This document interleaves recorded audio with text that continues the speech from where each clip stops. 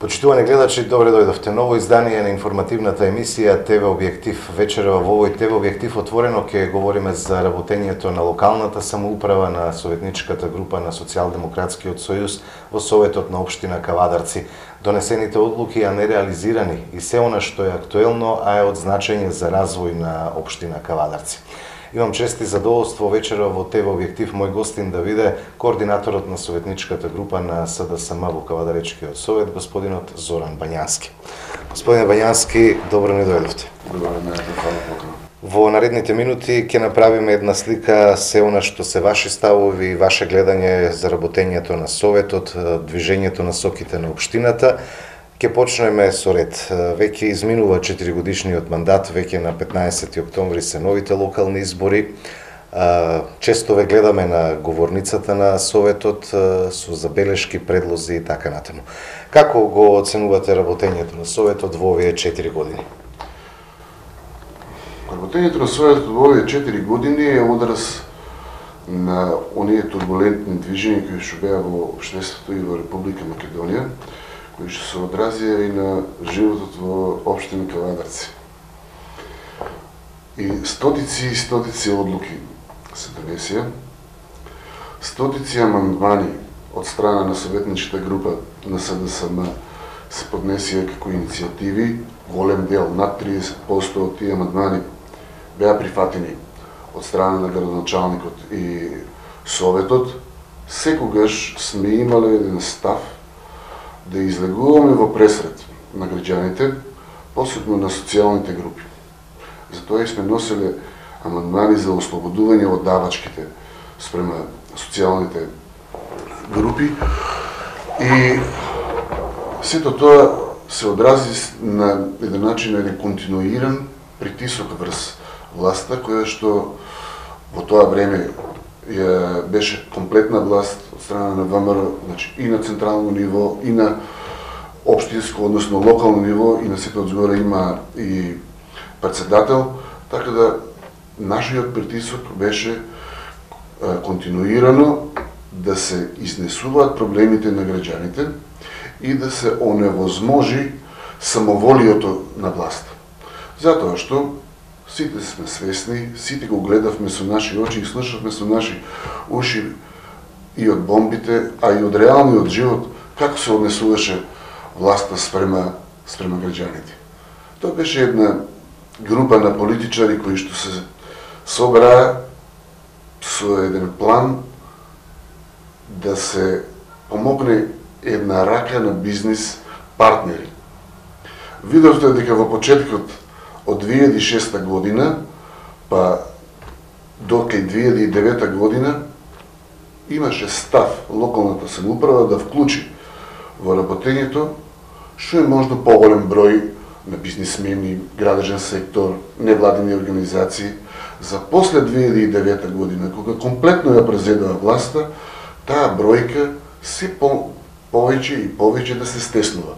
За на крајот да останеме ние во град Кавадарци, општината да соработува со компании од Скопје и од остаткот од Македонија и една до две градежни компании од Кавадарци. Значи, сета ситуација, сета политика која што се водеше на територија на Република Македонија се преслика во општина Кавадарци, а тоа е фаворизирање на многу мал број на бизнисмени и стварање на нова една класа. Затоа во општината се вработија 105 луѓе. Денеска општината има 105 вработени. Замислите си, општината пред 8 години била со вработени 50 до 60. Дали сега, прашањето е, дали сега општината поефективно си извршува нејзината функција и работа? Не. Затоа што Кавадарци беше еден од најубавите градови во Македонија. Кавадарци предничеше со некои објекти пред сите градови во Македонија, како што е спортската сала, како што е автобуската станица. Во тоа време Стопанска банка се отпочнаа објекти како уште во времето на комунизмот, како Пионерскиот дом, Мазутара, Нов суд. Што направивме со тие објекти? Во чија собственост се? Кој ги менаџира тие објекти? Во каква ситуација се сега? Они се оставени на забот на времето. Ние континуирано правевме политика, која што политика беше од почеток до крај.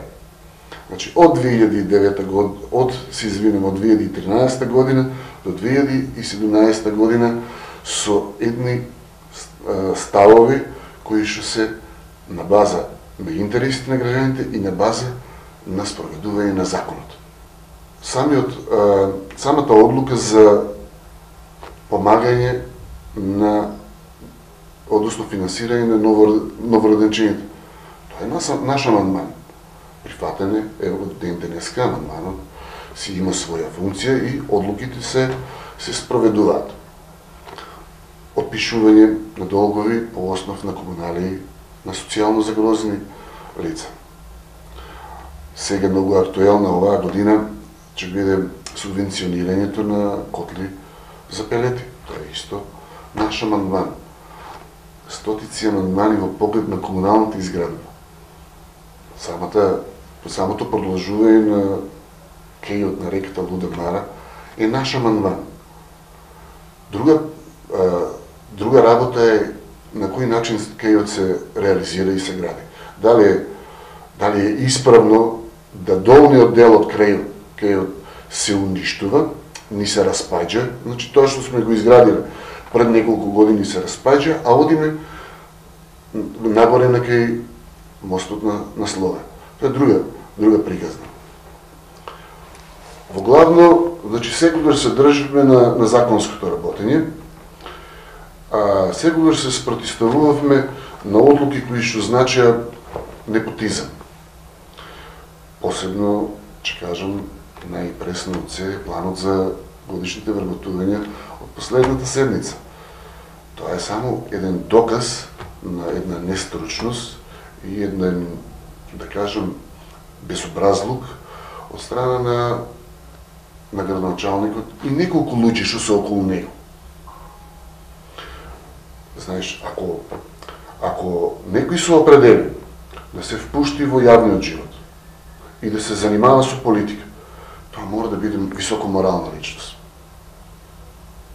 Не може да се носат одлуки во кои што одлуки е вткаена судбина на луѓе, а ти при тоа да се однесуваш само популистички. Примерот со последниот план за вработување. Законот вели дека тој план треба да биде донесен до 31 март. Градоначалникот го поднесува на 15 мај. Со самото тоа, што го поднесува на 15 мај, одлука е ништо не може да се спроведи. Тоа е противзаконска. Друго е, се поставува прашањето што била целта. Првен донесовме еден план за вработување за 5 пожарникари. За потоа наредниот месец да видиме пред нас поднесена нова одлука за поништување на планот за вработување и друга одлука за нов план за вработување уште 15 луѓе. Никој не е против вработувањето и луѓето треба да се вработуваат. Но од друга страна, градоначалникот и раководството на општината треба да прави планирање на активностите. Тоа е законски, значи ставено во рамка и самото тоа што има 105 вработени се поставува прашање што работат тие.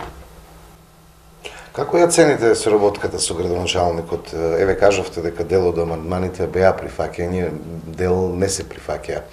Една оценка и на соработката со градоначалникот на вашата советничка група. Оценка за соработката со градоначалникот можем да кажем горе-доле задоволителна, прифатлива.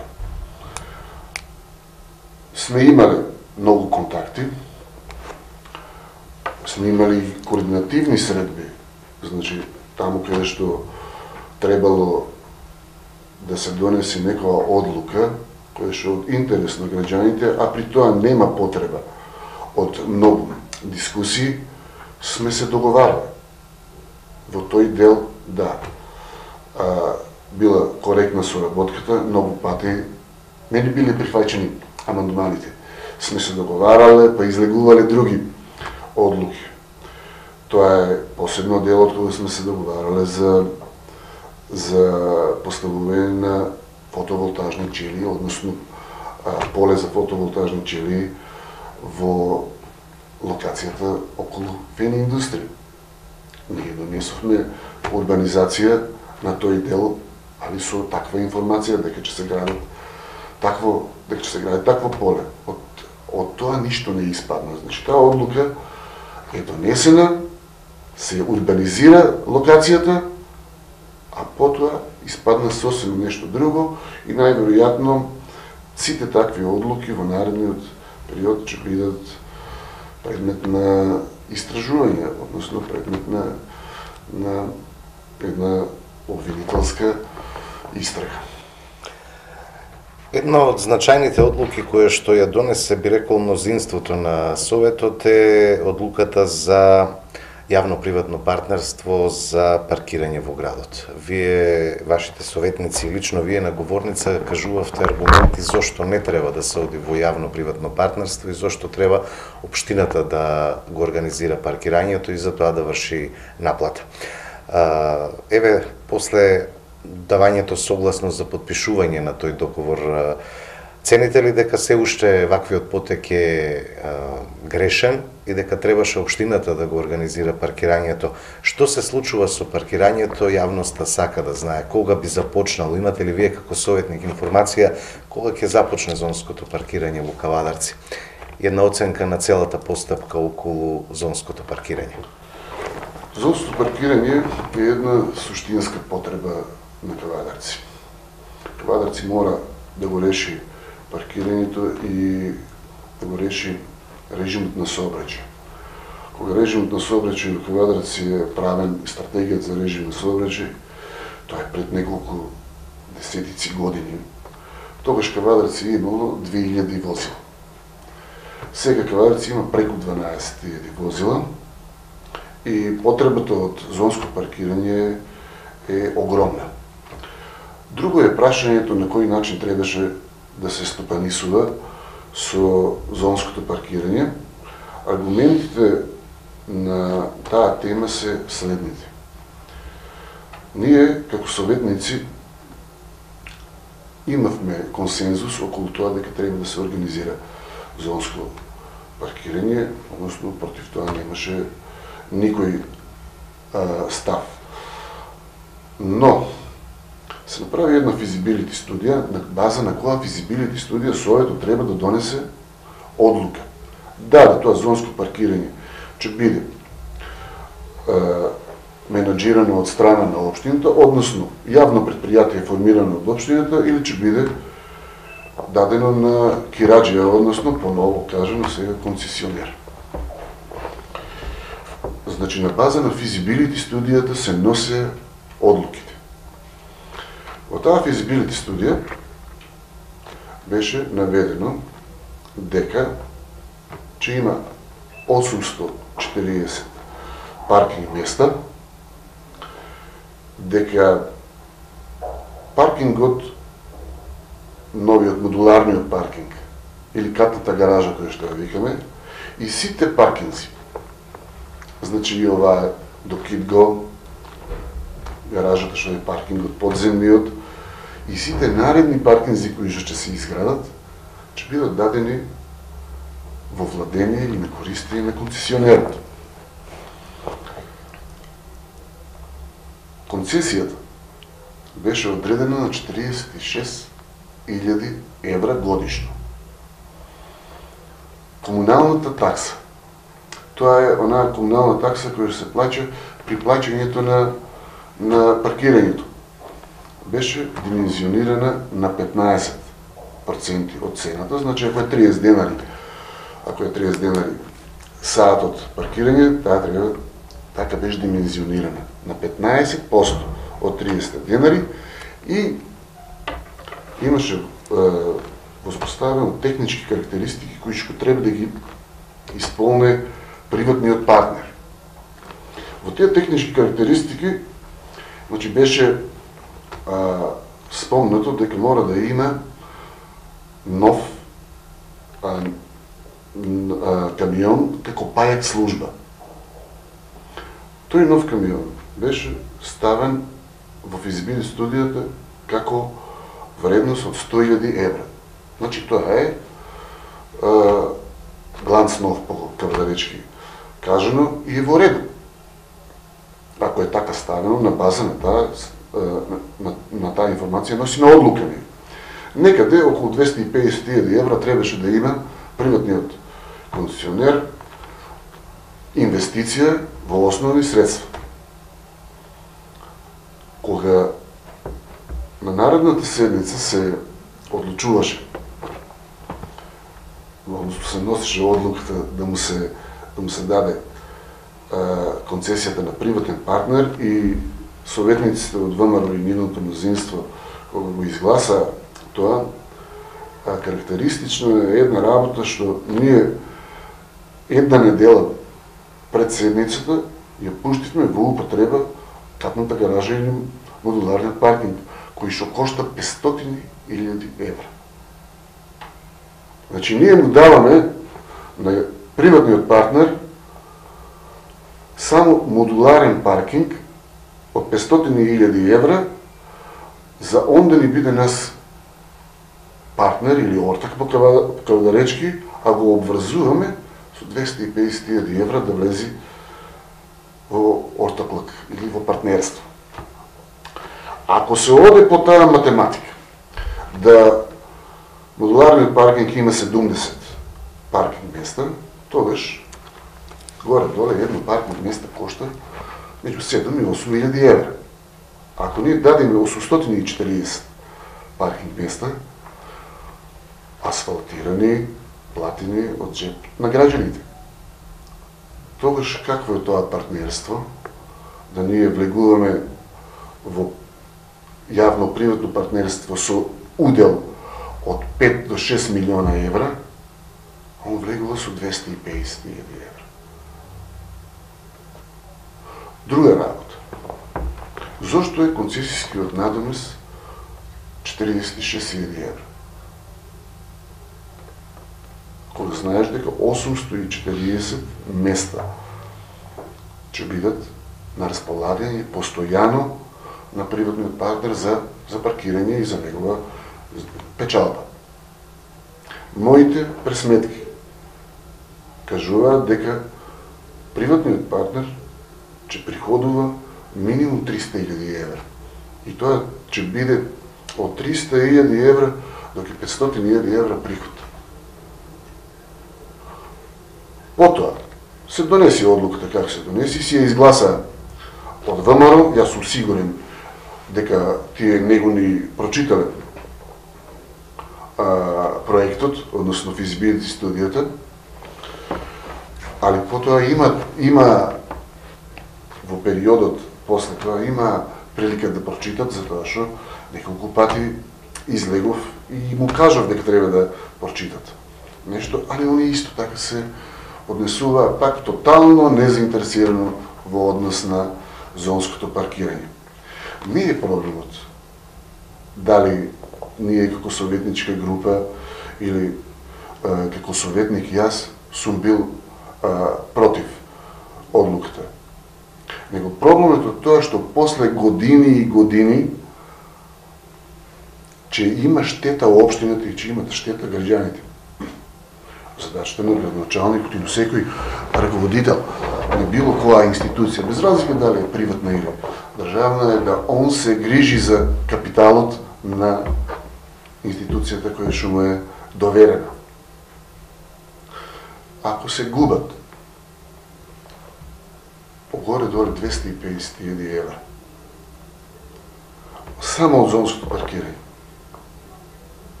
каде ни тогаш ќе ја бараме логиката за развој на Кавадарци? Свесни сте, бевте и вие присутни, дека тој процес се движи повеќе од 2 години. За во тие 2 години првен да стават на градоначалникот да биде дека се јават многу заинтересирани за концесијата, па че ја дигаат цената и дека таа цена ќе дојде до некои нормални барем 100.000 евра концесија. А што се случи на лице место? Во тие 2 години концесијата се намали од 40.000 евра на 30.000 евра. Комуналниот надомост од 15% се намали на 12%, па после на 10%. Техничките карактеристики кои што требаше приватниот партнер да ги искористи и односно да ги овозможи,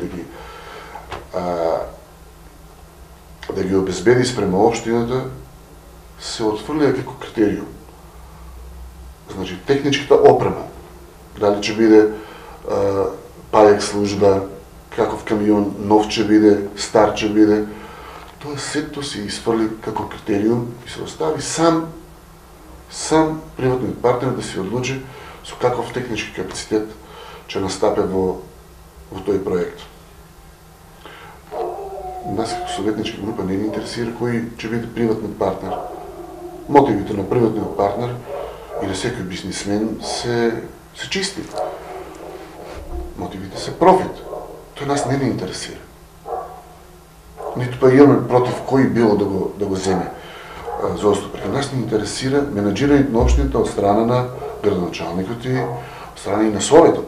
Затоа што одговорност за сите одлуки имат и советниците. Советот е вид надзорен орган на општината. И сега тоа што го зборувам јас во поглед на паѓање на критериумите. Во чија корис паѓаат критериумите? Они паѓаат само во корис на приватниот партнер, а на штета на општината. Последната изјава на градоначалникот во поглед на зонското паркирање содржи една реченица каде што вели општина Кавадарци че приходува 70.000 евра од зонското паркирање.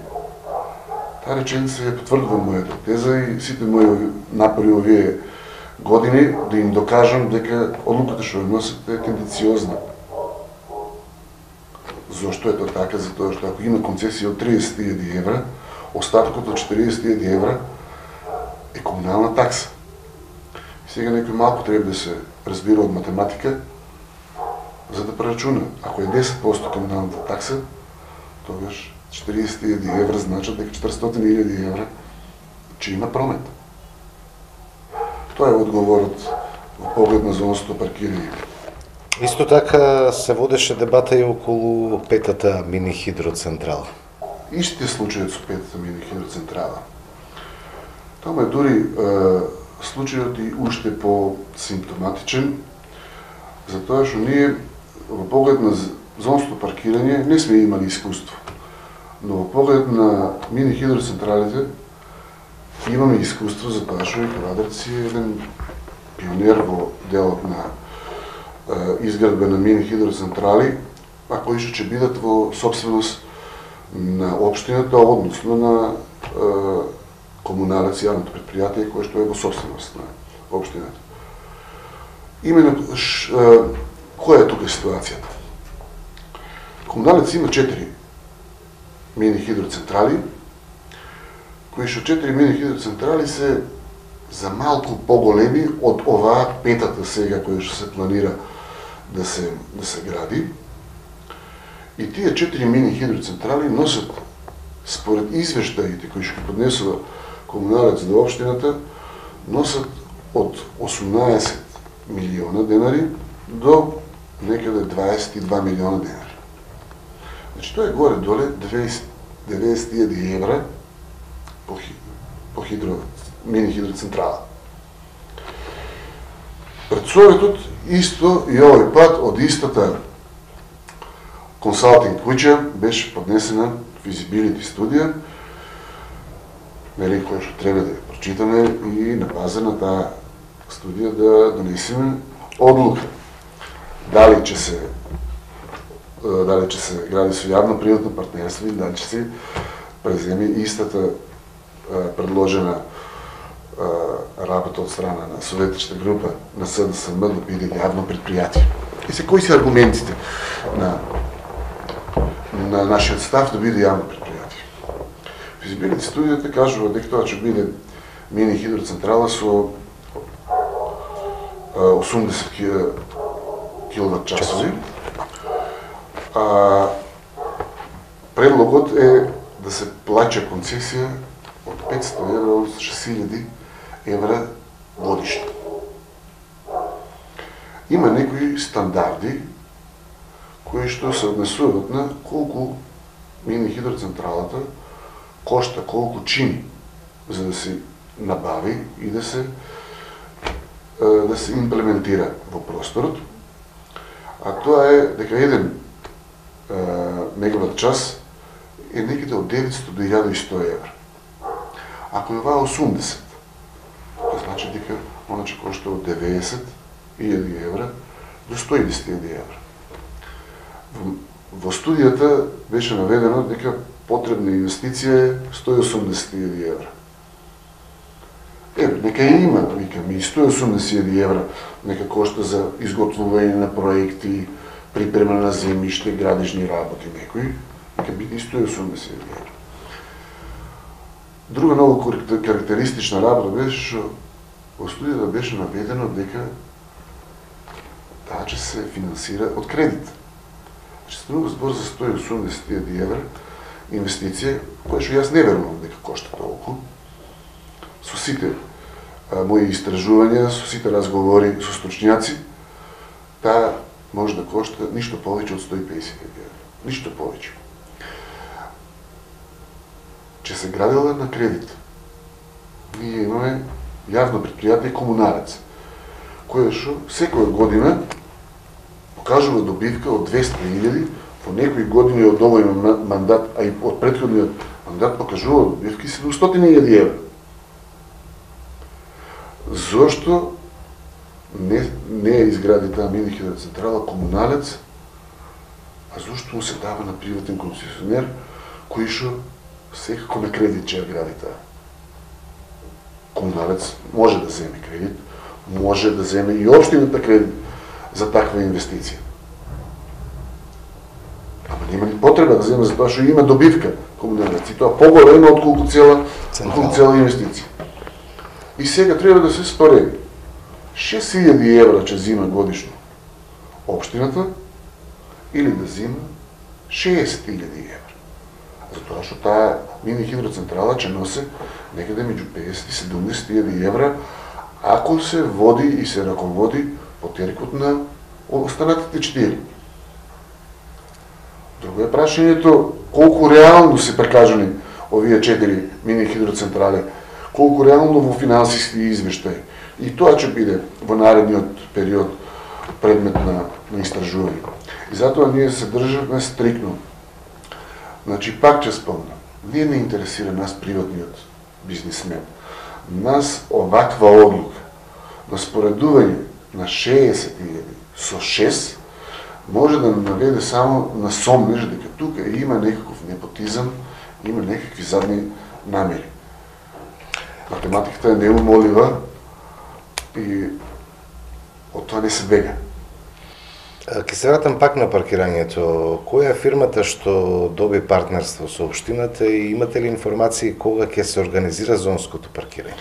Немаме никаква информација. Јас можам да кажам дека никогаш ниту сум бил исконтактиран од страна на фирмата, ниту па знам која е фирмата. Тоа што сме го добиле како документација од страна на Советот, само тие информации ми се во раке и по слушното чашички му обетеше викаме ние каведарчани, али на тоа не сакам да коментирам.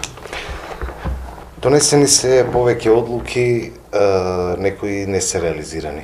Најголема главоболка за каведарчани е грозјето.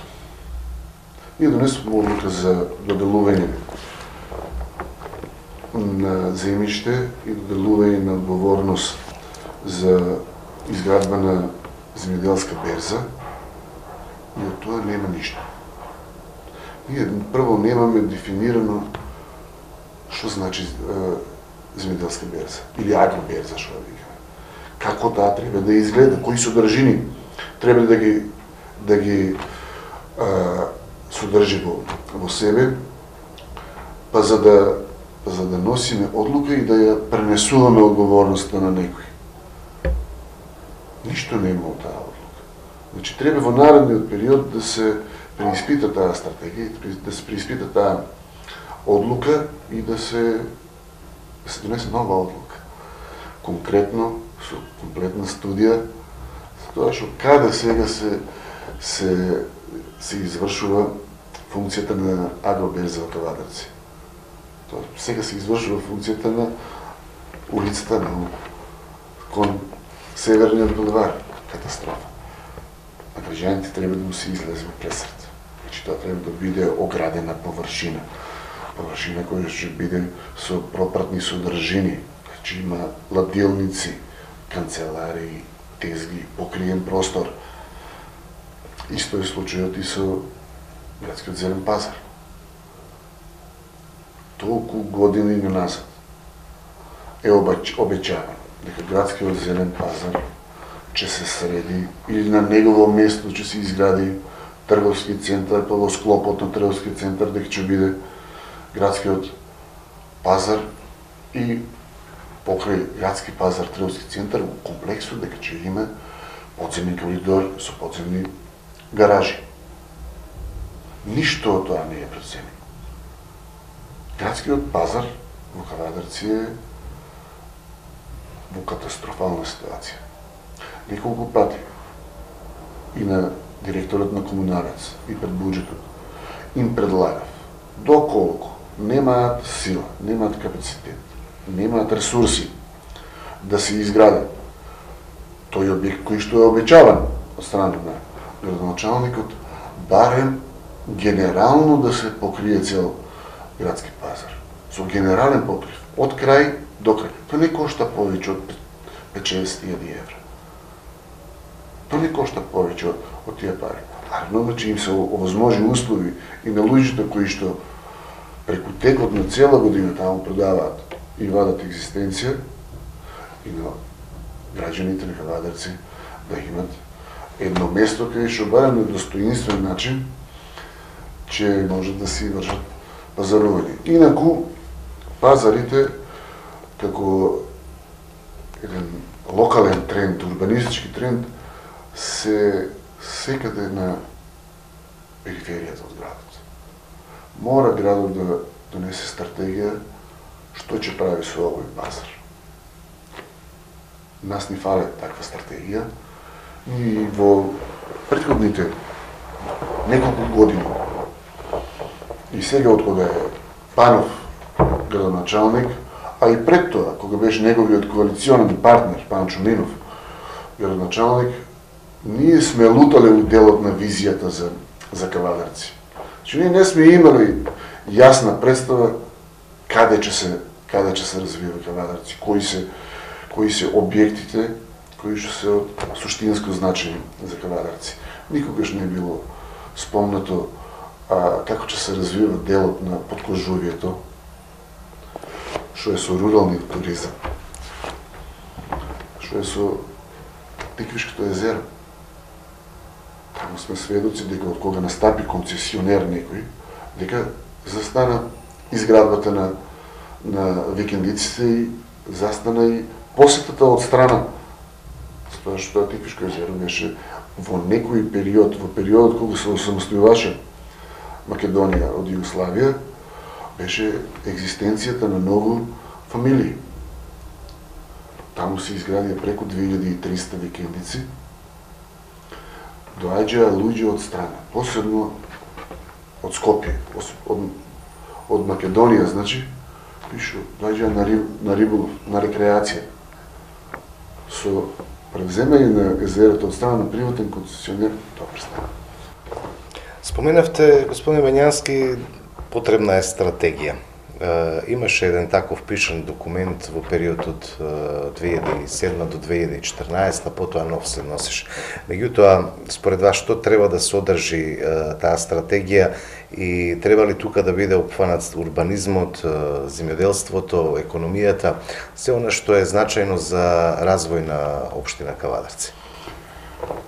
Урбанизмот е најбитната гранка за развој на еден град. Урбанистички Кавадарци може да кажеме дека е една задоволително ниво, но со одредени црни точки. Стратегијата треба да каже на кој дел од градот урбанистички ќе се развива Кавадарци.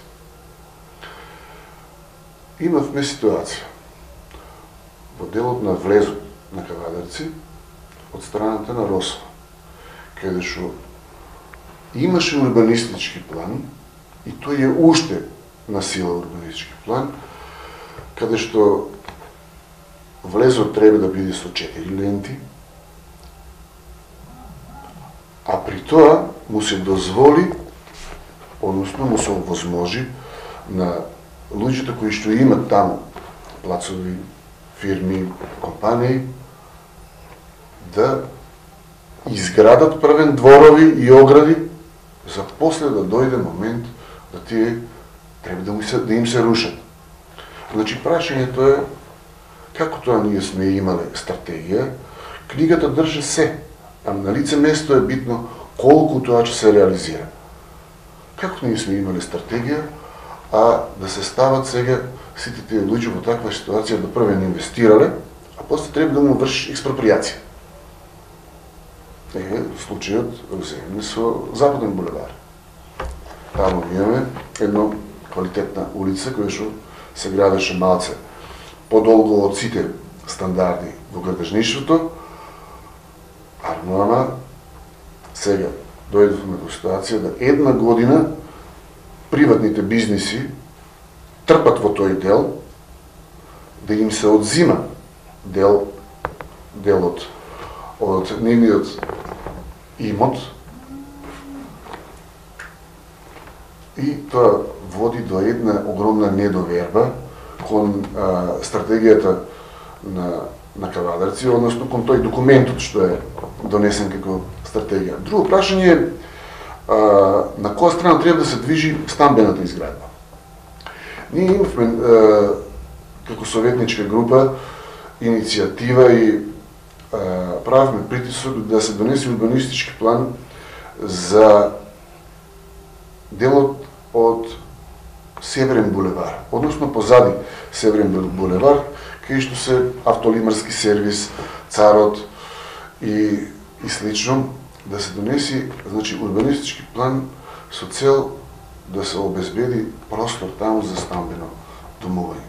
Во Кавадарци стамбена изградба нема повеќе на кое место да се реализира. Стамбена изградба се реализира на место кое што е рамно. Тоа е единствено такво место кое што е рамно. Посебен акцент треба да се даде на периферните местни заедници, посебно Слога, Чирокрстев, долу кои што треба да се доурбанизираат, затоа што градот ќе се движи изградбата, сакале или нечеле, мора да се движи во тие местни заедници. Делот на парк, Висанска улица, горе-доле веќе е урбанизиран, таму треба само да се смене деталниот урбанистички план, затоа што има една катастрофална грешка направено, што планот е сгрешен и огромни штети на имателите на плацеви му се има направено. Тоа треба да се превземе општината на свој трошок и да го реши брзо како проблем. Значи на тој дел не може веќе да се шири Кавадарци. Комунална изградба. Како гледате на овој дел? Дали сразмерно се градеше во општина Кавадарци, како во руралните средини, така и во централното градско подречје и сите останати делови од градот? Дали она што беше најавено и е дел од програмата е веќе реализирано? Комуналната изградба во Кавадарци е на рак рана, посебно во делот кога го анализираме буџетот, резултатот на еден градоначалник и на една општина најмногу се гледа преку комуналната изградба. Ја мислам дека комуналната изградба во Кавадарци беше на многу ниско ниво, карактеристично многу за ВМРО како политичка партија која што беше на власт беа огромните обеќања. Огромни обеќања. Значи, тие обеќања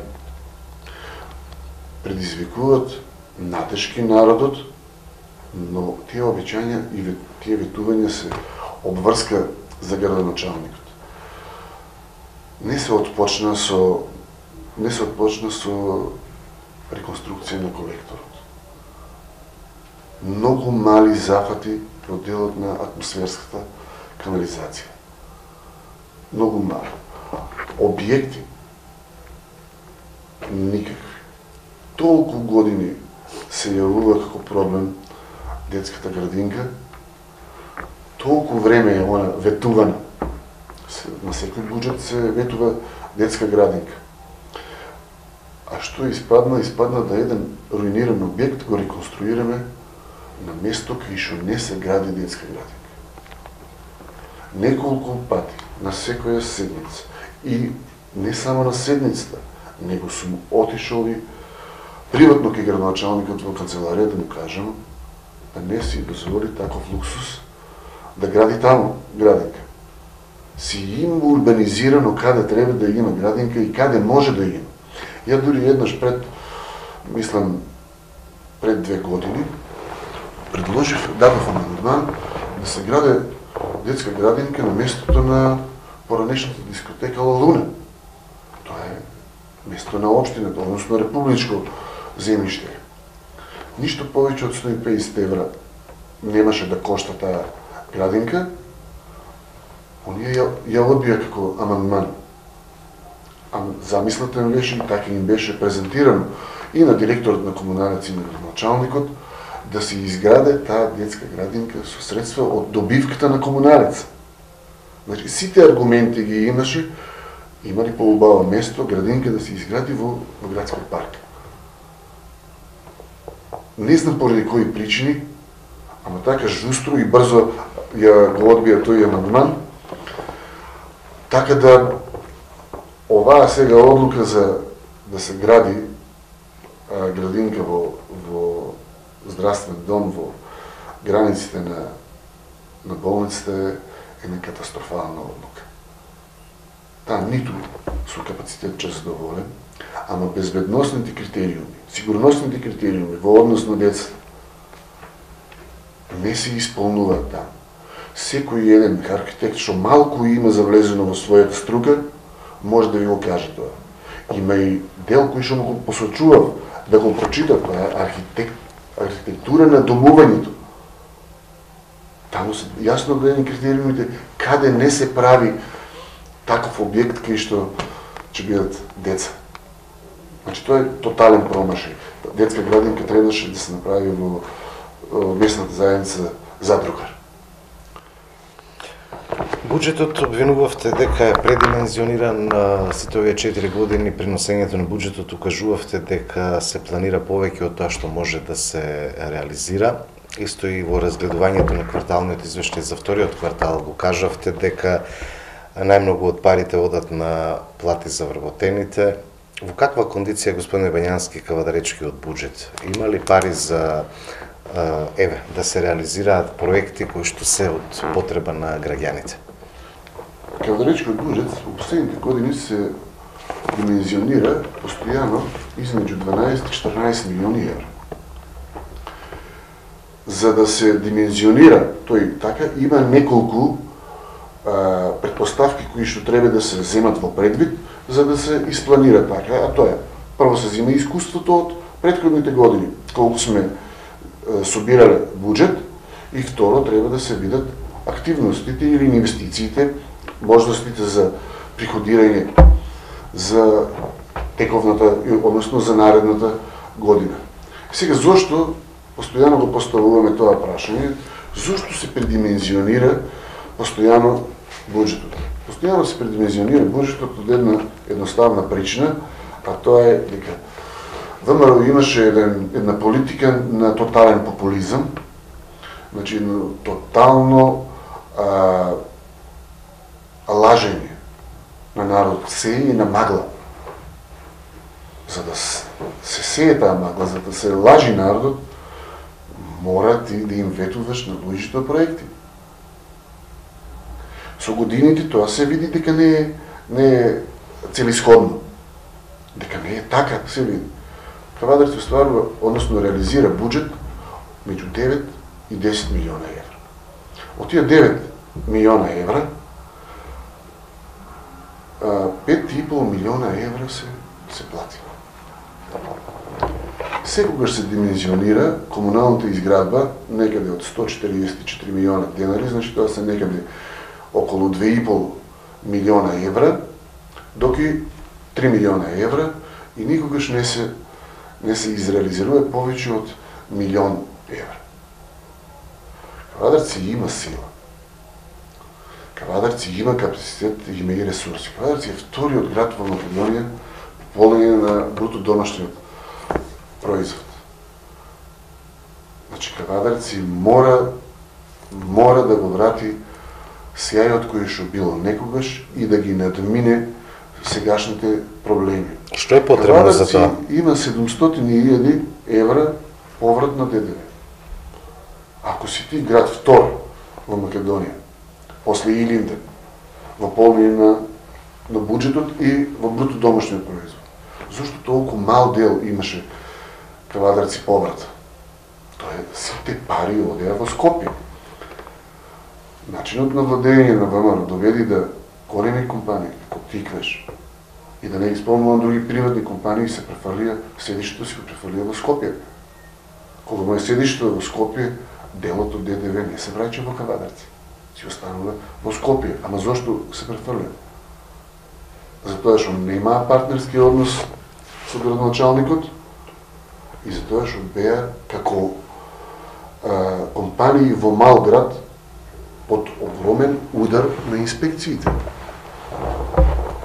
Тоа што се плашеа дека во мал град ќе бидат постојано под пресија, под притисок еден од страна на инспекциите, се префрлија во Скопје. Тоа е одраз на негрижата на градоначалникот. Господине Бањански, тука при крај сме на емисијата, уште неколку прашања со кои што ќе заокружиме. Кажавме дека Кавадарци има потреба од детска градинка, кажавме дека изградбата на новата градинка или реконструираниот објект на старата лабораторија не е среќно решение за детска градинка. Уште колку градинки ќе ни требаат или како ќе го надминеме овој проблем со недостаток на места слободни за најмладите, за дечињата?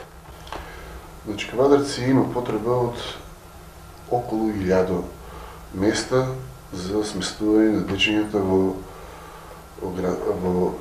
детските градинки. Ние сега располагаме со некоја бројка од 600 до 650 места за децата во детските градинки. Проблемот со сегашната детска градинка, која што сега треба за некои месеци да се пушти во употреба, е тоа што локацијата неизина во самата самата болница не дава сигурност за децата, за нивното здраве. Треба да размислиме каде тие деца ќе се движат. Кога одма до објектот на детската градинка се наоѓа брзата помош. Отспроти се наоѓа лабораторијата. Таму постојано ќе има фреквенција на луѓе кои што ќе барат некаков лек. Каде ќе се движат тие деца? Каде ќе се играат тие деца? Неминовно е тој објект да се пренамени за некоја друга потреба. Детска градинка мора да се отвори. Значи, во локалитетот, односно во местната заедница Задругар, па и Слога, затоа што ако ние аналитички гледаме, тој дел од Гоце Делчев, училиштето, па по улицата Гоце Делчев, делот од Браќа Досеви, тој нема детска градинка. Се до таму до крајот на Слога. А е огромен дел. Огромен број на граѓани таму живеат. Значи, потребно е минимум детска градинка која ќе се содржи во себе 400 деца. И таа треба да биде лоцирана на тој дел од градот. Проблем е градскиот парк. Го имаме еден од најубавите градски паркови во земјава, меѓутоа тој ја нема намената за која што ја има во ноќните часови. Беше осветлен, меѓутоа веќе нема осветлување. Свеста на кавадарчани како да затајува во поглед на она што е јавно добро и она што треба да го чуваме. Комплетно се сложувам со вашата констатација. Ние точно е дека имавме најубав градски парк во Македонија. Тој градски парк сега не го има тој сјај кој што го имаше. Тој градски парк по содржините што ги има бил во минатите години најубав во Македонија. Но дали тоа се одржал? Ние тоа што го имаме не го одржуваме. Во градскиот парк знаеме дека во целиот комплекс има ресторан Бриони, еден велелепен објект. Во самиот состав е градскиот стадион, кој што се распаѓа. Во самиот состав на градскиот парк е винската куќа, која што е донација од УСАИД, која што не е во функција. Патеките во градскиот парк не се обновени десетици години назад. Имаме шумарско училиште, едно од најголемите шумарски земјоделски училишта во Македонија, кое што нема деца, нема ученици. Едно дрво од шумарското училиште не е посадено ниту во градскиот парк, ниту во градот. Градскиот парк мора да претрпи едно комплетно реновирање, една комплетна реконструкција, затоа што веќе градскиот парк не е најубавиот градски парк во Македонија. Имаме Костурница горе. Голем дел од луѓето не знаат какво значење има таа Костурница. Таму се останките на борци, нападнати лица во Втората светска војна. Ќе преминеме на уште една тема која што деновиве ја окупира јавноста, а тоа е обвинувањето од опозицијата дека и Кавадарци е меѓу градовите каде што ќе се гради населба за мигранти, ќе се сместуваат мигранти и така натаму. Иако од владата имаше демант дека такво нешто е во план и дека во градовите кои што се спомнуваат ќе има нешто такво. Ваше видување на ова тема? Значи, кешки Македонија и Кавадарци да гради згради за мигранти. Па тие згради да ги искористиме ние за населување на социјални лица, лица кои што имат потреби или што немат можност да си купат стан или да се сместат во стан, а тоа значи дека во тој случај Македонија че имала потреба од сместување на мигранти, односно мигранти че имале интерес да остануваат во Македонија. Тоа не е точно. Мигрантите немат интерес да остануваат во Македонија, него нивниот интерес е да преминат во земјите од западниот свет, каде што може да имат по-достоинствен живот.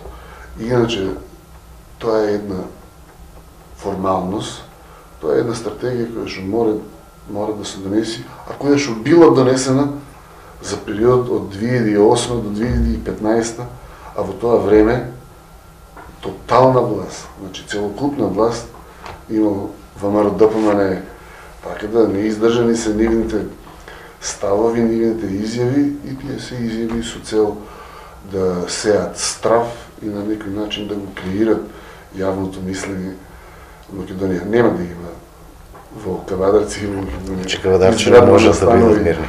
За мигранти. Ке искоментираме и политичката состојба во општина Кавадарци, раздвижување во пресрет на локалните избори, како што впрочем е и на секои избори. Веќе во партиските штабови се кројат кандидатските листи на советници и кандидати за градоначалници. Како ја гледате политичката состојба во Кавадарци? Има ли дебата меѓу власта и опозицијата порано, власта и опозицијата сега? Потребни ли се дебати? Како живее политички Кавадарци?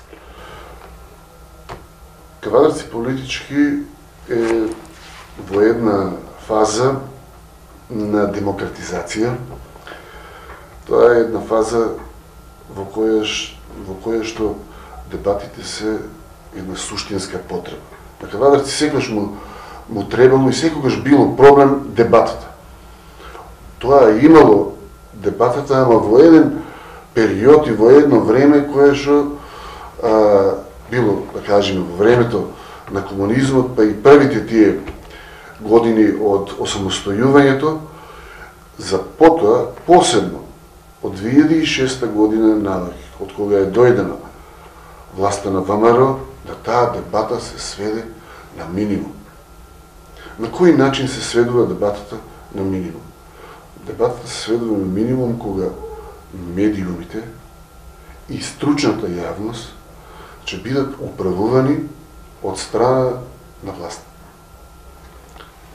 Вие сте сведоци, сите ние сме сведоци на јавувањето од страна на власта, на градоначалниците во поглед на некои изјави, пресови, јавни настапи на неистомислениците.